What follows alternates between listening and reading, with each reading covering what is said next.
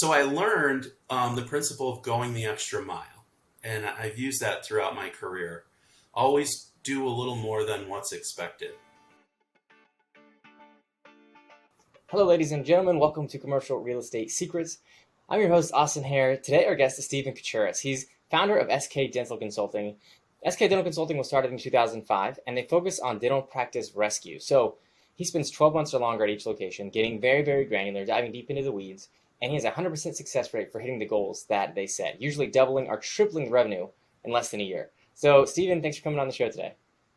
Yeah, thanks for having me. Very welcome. All right, so just for everybody listening, what's your story? Like, how'd you get into dental? Um, well, I did business turnaround. I've owned my own, started and owned my own company since I've been really all the way back to like 8 years old when I had paper routes and mowed lawns and waxed cars in the neighborhood and all.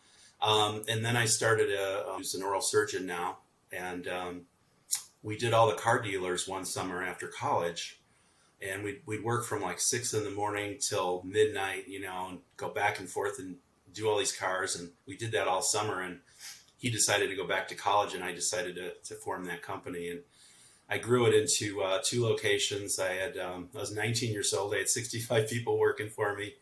And I was the Wow. second largest in the United States at the time.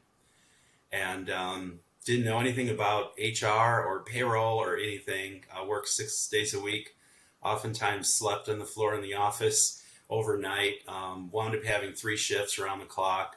And I did basically all the car dealers in the Chicago area, and then sold it off and Wow. went into business So turnaround. you were able to sell that business? Yes, yeah. And then I got into the car wash business and car washes that were combined with automotive centers. And I had a knack for being able to come in and turn them around. So my specialty was these businesses that were failing. One was abandoned. It was a startup, and the investors just filed bankruptcy, and the bank had no way to finish this project. So they brought me in to finish it, get it open, running, so that they can in turn sell it. So I kind of cut my teeth on business turnaround in the automotive industry, and Can you explain a couple of the things that you did that helped get these things profitable? Like, what were your strategies that you would implement at these locations to turn them well, around? it's interesting. A lot of what I do is not complicated. There's no magic secret or magic wand or anything. The same principles I used back in in the car wash, the automotive industry, I use in dentistry, and it's just common principles. Like I do a lot of observation. So when I go to a new dental client, I don't usually do anything at all for 30 days. I just watch and listen. So you have to be a good listener and we're in the people business in dentistry. So getting to know people, hearing their stories, getting input and feedback, and then observing. And then once you kind of know what's going on, then you can create an action plan and then start executing what needs to be done. And oftentimes it's just Yeah, basic. and really, I know we were talking earlier about like your earliest kind of biggest learning experience with the paper routes, and so that it sounds like that's when it really got started. But can you kind of share that story real quick? Sure. Well, my parents worked 2 jobs, and so I was very fortunate. They instilled in me a really solid work ethic, and my dad always taught me to do the best at whatever it was, whether it was sweeping the garage or mowing the lawn. Like, always do your best. It's a whatever work you do, it's a signature of yourself, and I learned that from a very young age. And so when I did paper routes, the other people that I knew, the young boys that were doing it, they just wanted to get it over with as quick as possible. So, you're a little kid, you're up at 5 in the morning, it's dark out in Chicago, it's freezing cold in the winter, and you're on a bike in the snow, and you just want to fling the paper. Most of them would just fling it on the driveway at the end of the driveway, and they'd be done and they'd go off to school. But I learned I would go right up to the porch and I would put it right on their welcome mat outside their front door, nice and neat, straight, and I'd hand deliver it. I wouldn't throw it. So when I went, in those days, you had to collect for the money as well. Here's a young kid trying to collect money.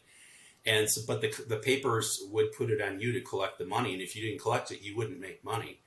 So I'd go and knock on the door, and I every month, and I'd get. So I'd go and knock on the door, and I every month, and I'd get paid.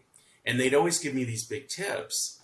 And so I've never had anybody place the paper right on my front door.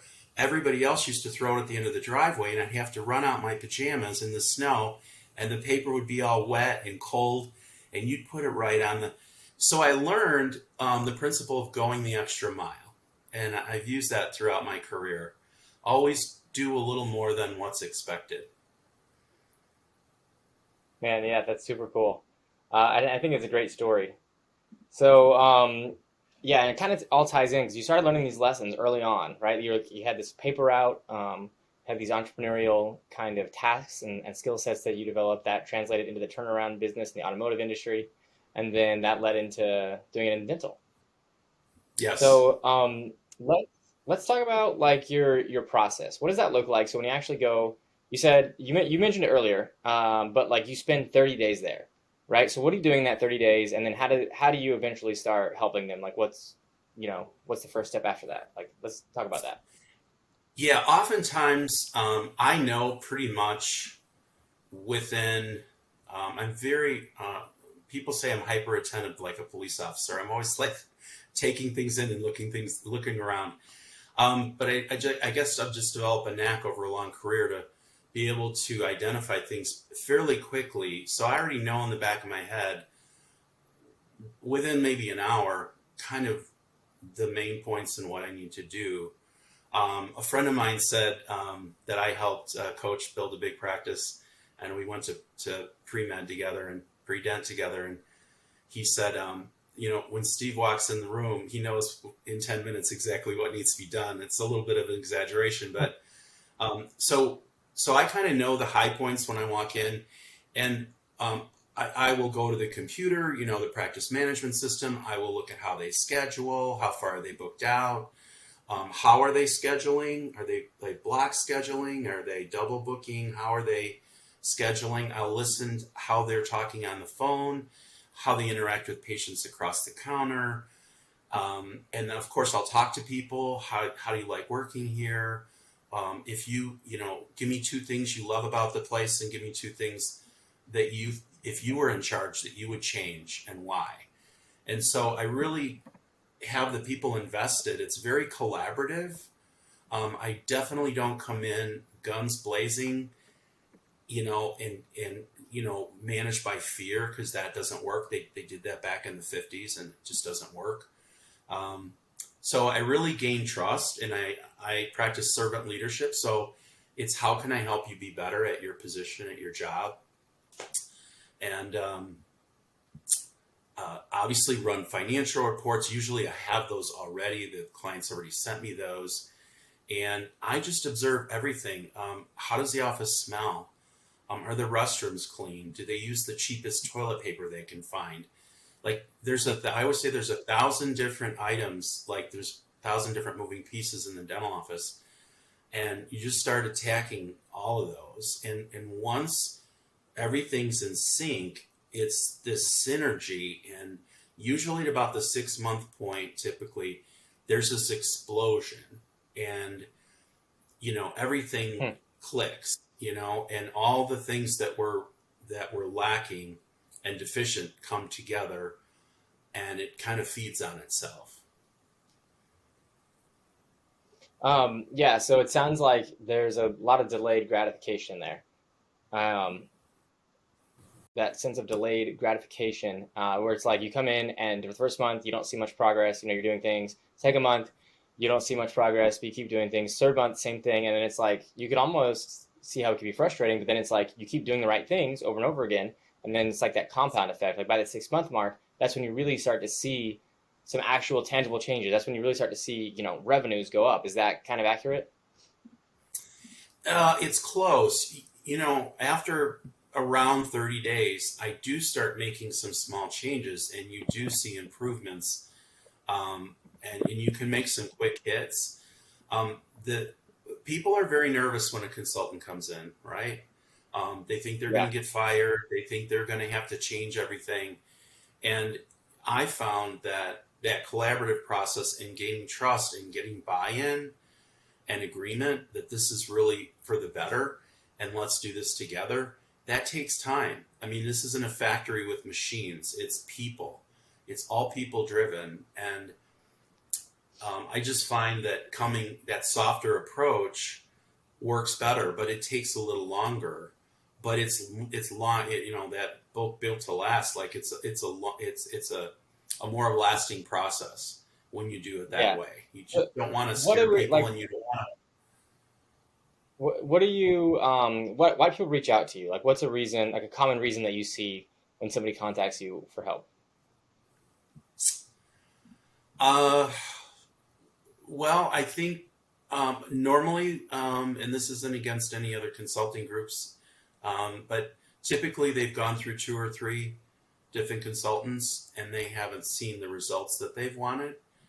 Oftentimes, with these other programs that people offer, it's mostly dispensing advice, which is great, but oftentimes these people, um, and as a group, I've seen it almost universally, it's hard for them to do dentistry and have their foot on the rheostat all day long and see what's going on in their business.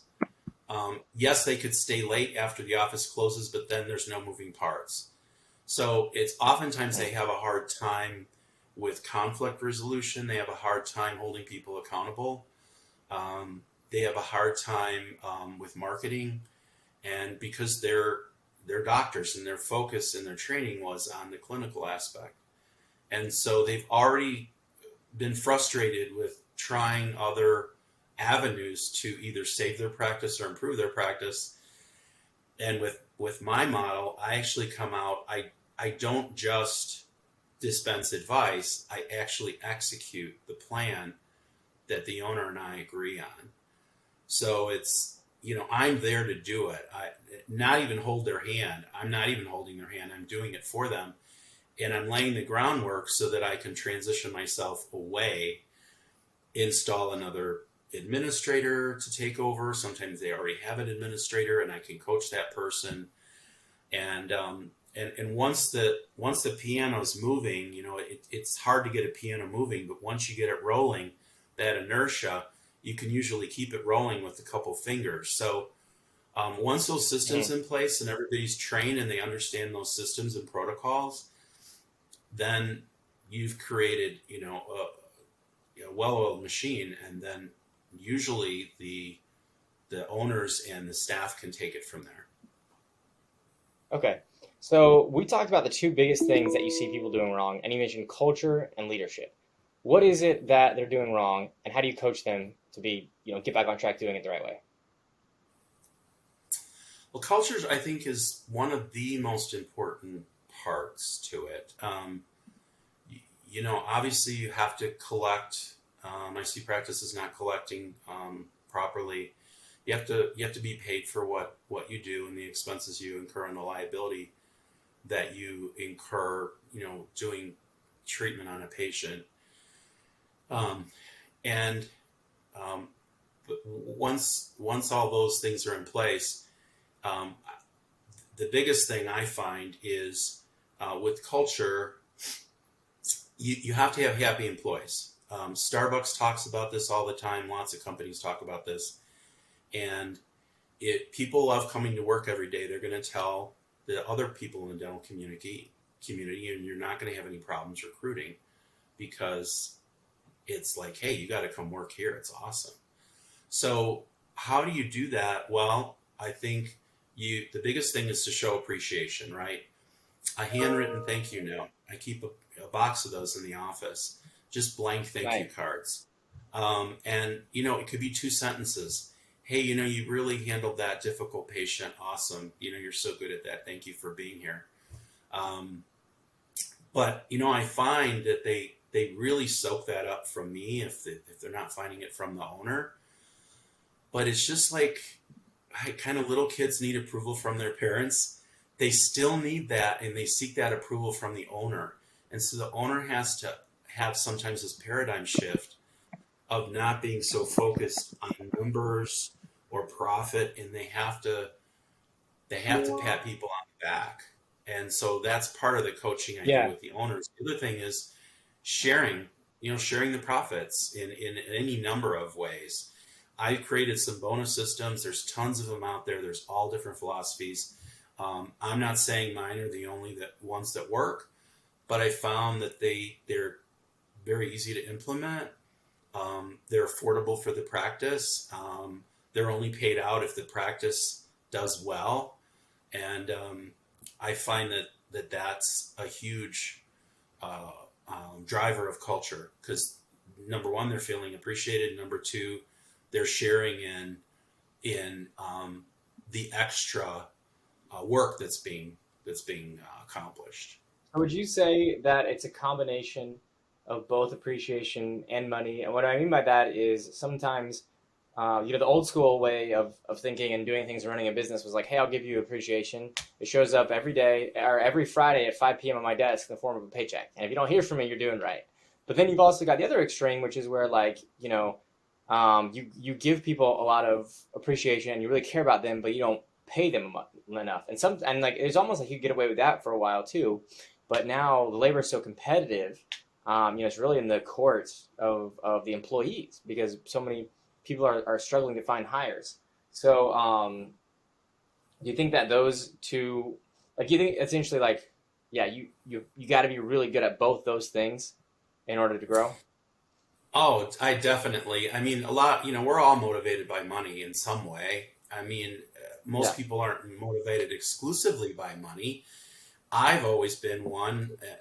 I know not everybody feels this way, but I want to feel good about where I'm going to work every day. I don't want to go into a toxic environment. I want to be proud of my work and whatever work it is that I deliver. And I know employees want that too, and they want structure.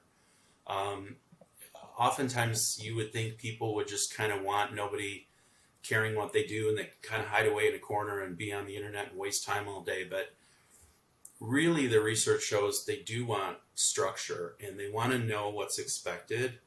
And work can be kind of a game, and it can be fun if you make it that.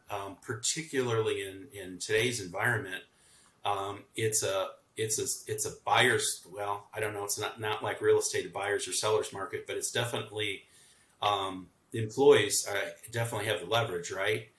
To an extreme Yeah. right now. So if you don't have everything that they're looking for, they're going to try to find it somewhere else. Um, but I've heard of lots of stories where people will go to another office. I've experienced myself because they get an extra dollar and they hate it and they come back.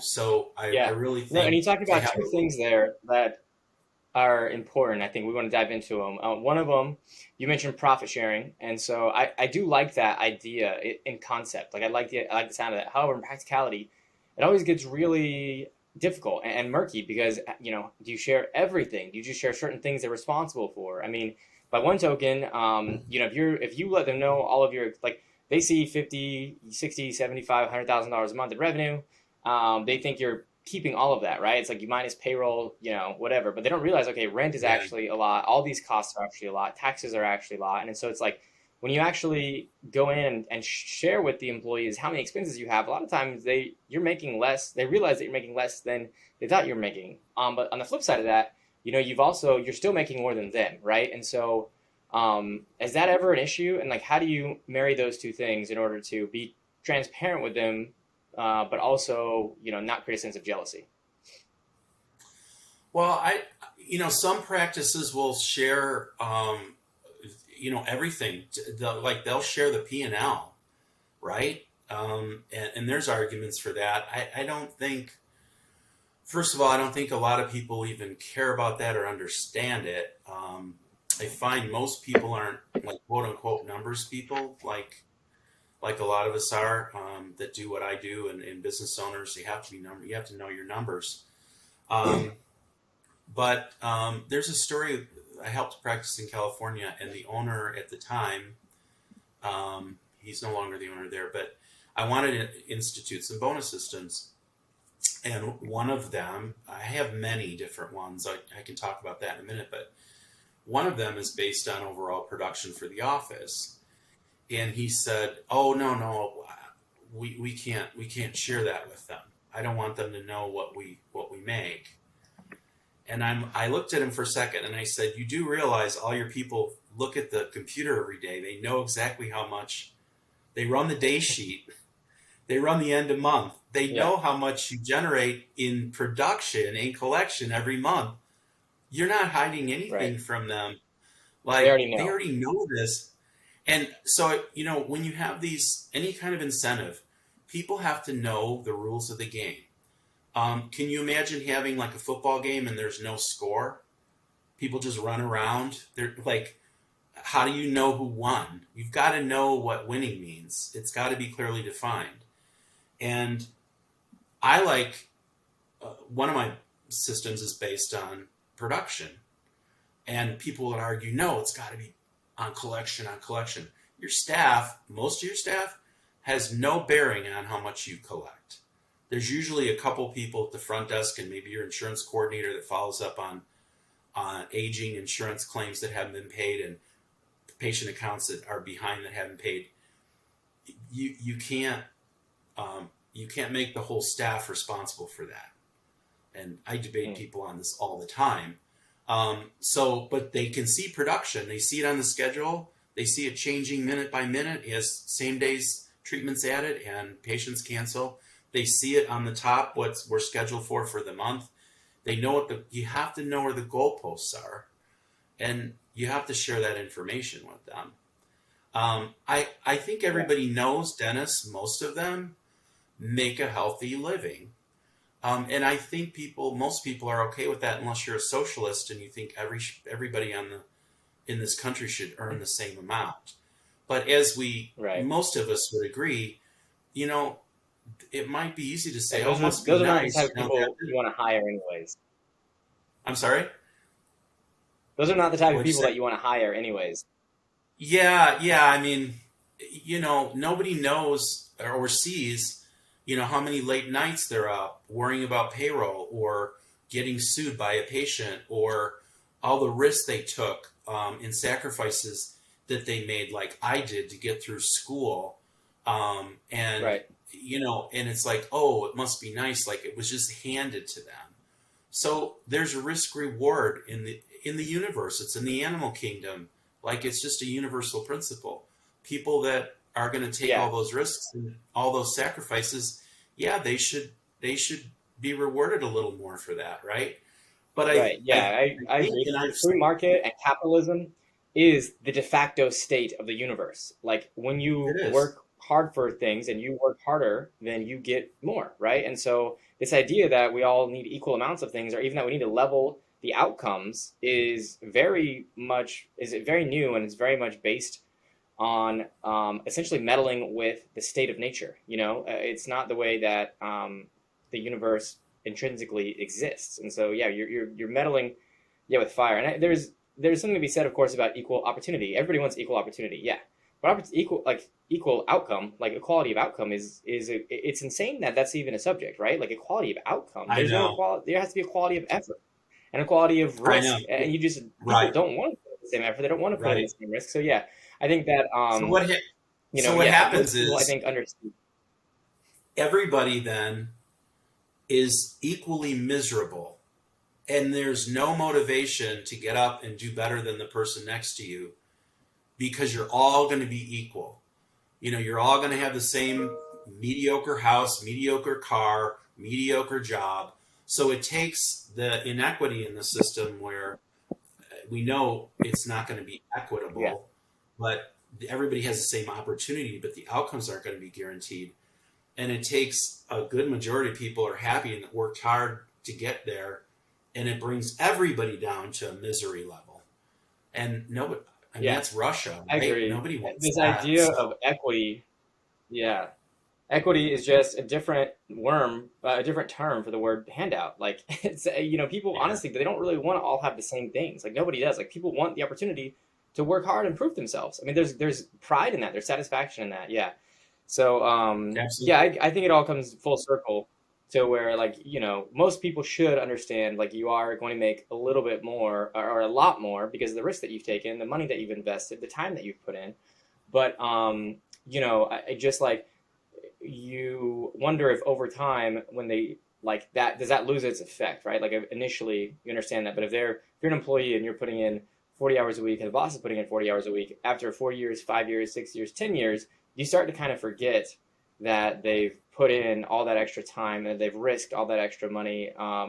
Or do you think that just keeping people having assignments, like having rewards incentives based on the things you can control, can kind of solve that problem, right? Like controlling, like rewarding them based on their production, like you said earlier.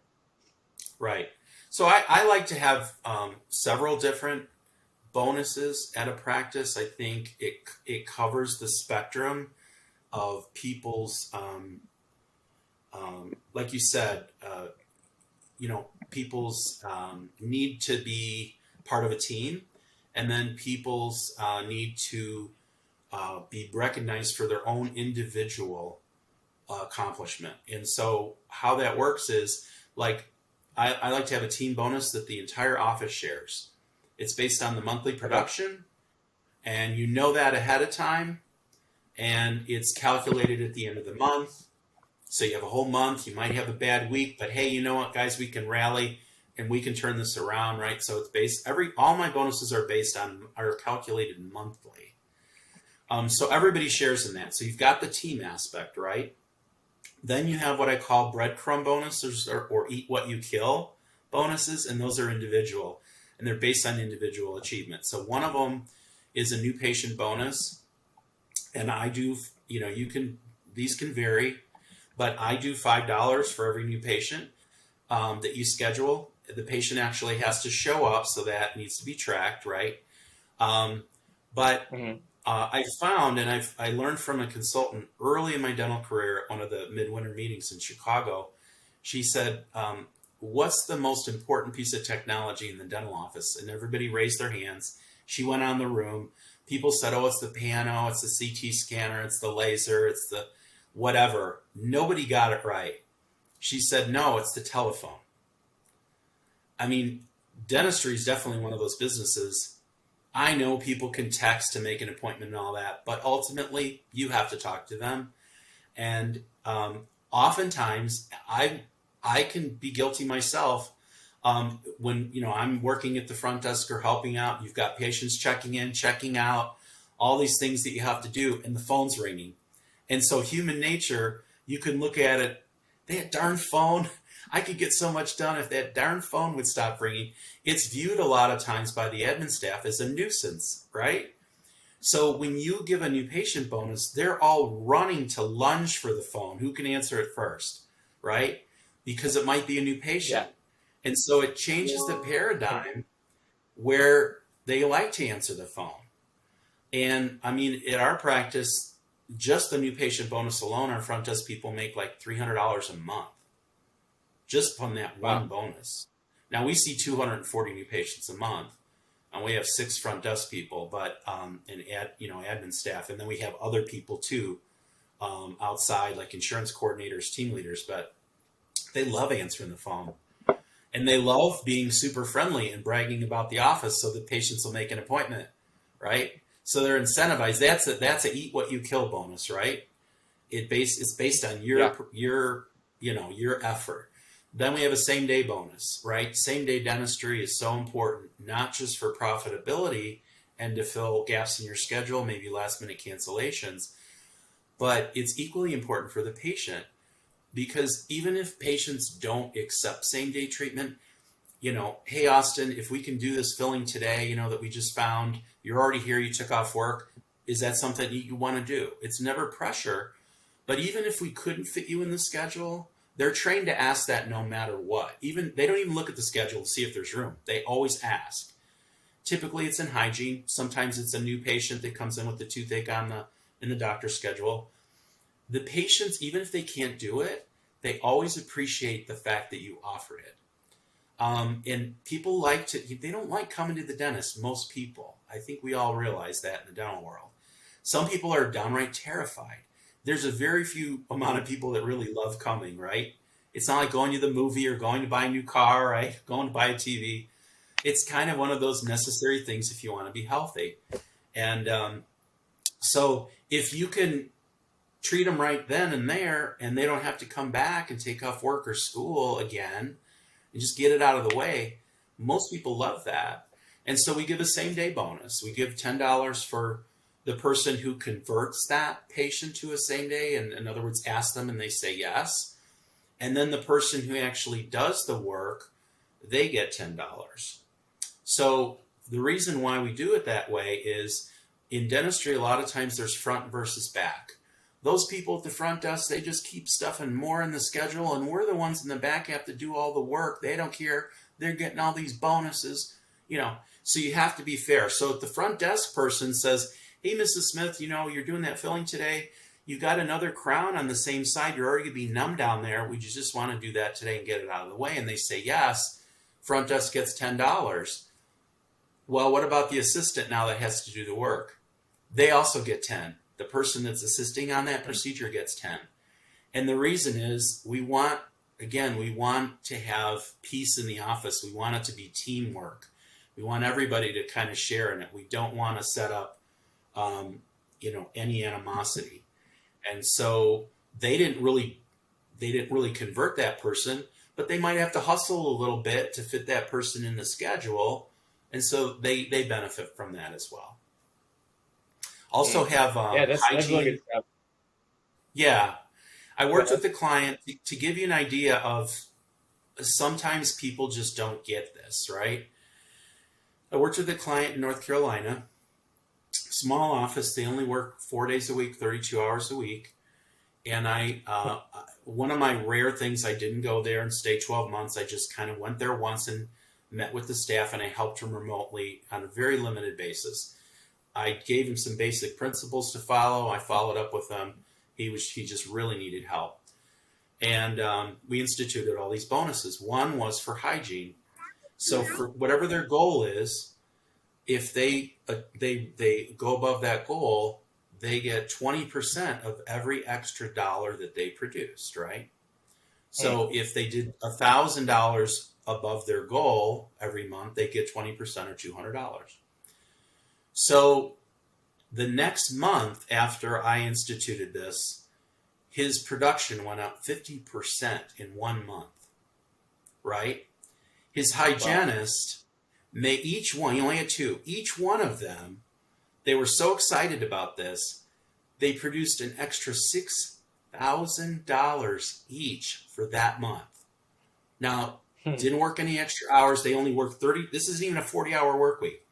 To produce an extra $6,000 from one hygienist in 1 month, he called me all aggravated that he had to write them, a $1,200. I'm writing a $1,200 check for a bonus. I said, that's awesome. He's like, no, I can't do this anymore. I'm like, wait a minute. You incurred maybe a few extra dollars in disposables and prophy paste that you had to do for that, maybe those extra patients, but most of it was just extra services while the patient was there. So in other words, all of this drops to the bottom line, everything except for that $1,200. Right. So you made $6,000 and you had to share $1,200, and you're mad about that. So that's a lot of the challenges that I deal with dentists. Is sometimes they're tripping over the dollars to get to the pennies. You have to understand human nature, and you have to be generous with people. You don't have to share, split your profits with everybody at the end of the month, but, throw them a bone. Often my clients don't give normal raises. I worked with a guy that I can't even say where it was, but because they'll know, but I worked there. People were there 10 years, never got a raise. Now he had some bonus systems, and he says, well, if they want to make more money, they can work harder and get more bonus. And dentistry's weird in that way. I'm not a big fan of just annual raises just because you're a warm body filling a chair. I don't believe in that either, but there has to be a balance, I think, because a lot of the people that work there, their significant other, their husband, whatever, they get raises every year at work. And it's like, why aren't you ever getting a raise? And the owner makes more and more. And I just find that that's a commonality with a lot of the clients I worked with. And you have to change that. You know, you have to share the wealth with people. Yeah. Yeah, no, it's great. You know, it's like, it's not the antithesis of capitalism. It's part of capitalism, right? It's how everybody works together to create more, and by your incentives and the structure that you're given. And so, yeah, I think that's what produces better outcomes, better quality of life. And you know, it's a way for everybody to win. And so, yeah, I think what you're doing is really great. And I love that story that you ended with, because it really highlights everything that we're talking about. And it focuses on the mentality that you need to have. One other quick thing that I'd like to interject, and I learned this from Michael Dell of Dell Computers. He used to try to find people, or he'd hear from his managers, somebody that did something extraordinary, they went the extra mile, right? He would walk up to them, let's say they're on the factory floor maybe, and he would hand them 100 shares of Dell stock. And it's called a spot award, right? It's nothing planned. You just, you know, Drucker said, walk around and try to find people doing things right, not wrong.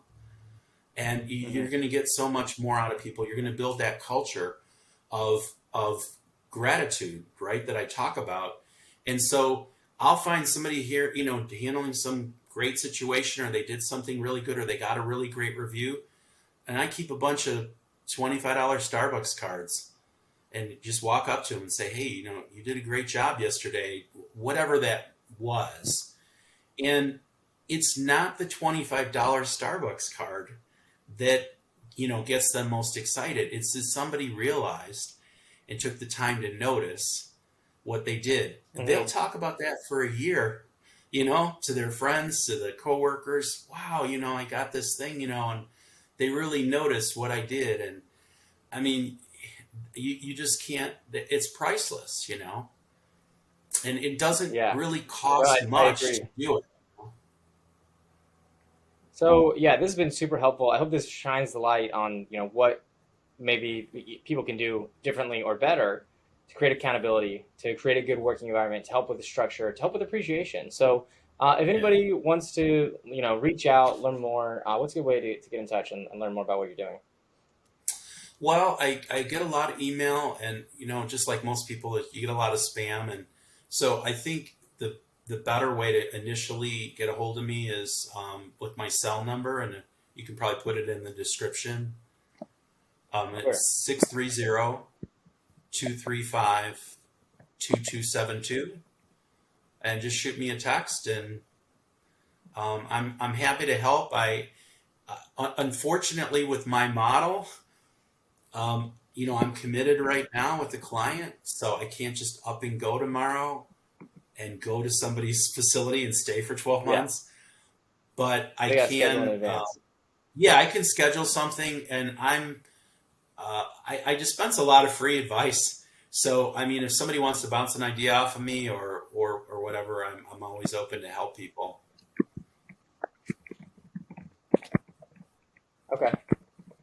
Okay, awesome. Well, Steven, thanks very much for your time. Super insightful, and look forward to connecting with you again soon. Yeah, I love your podcast. Keep it up. Thanks.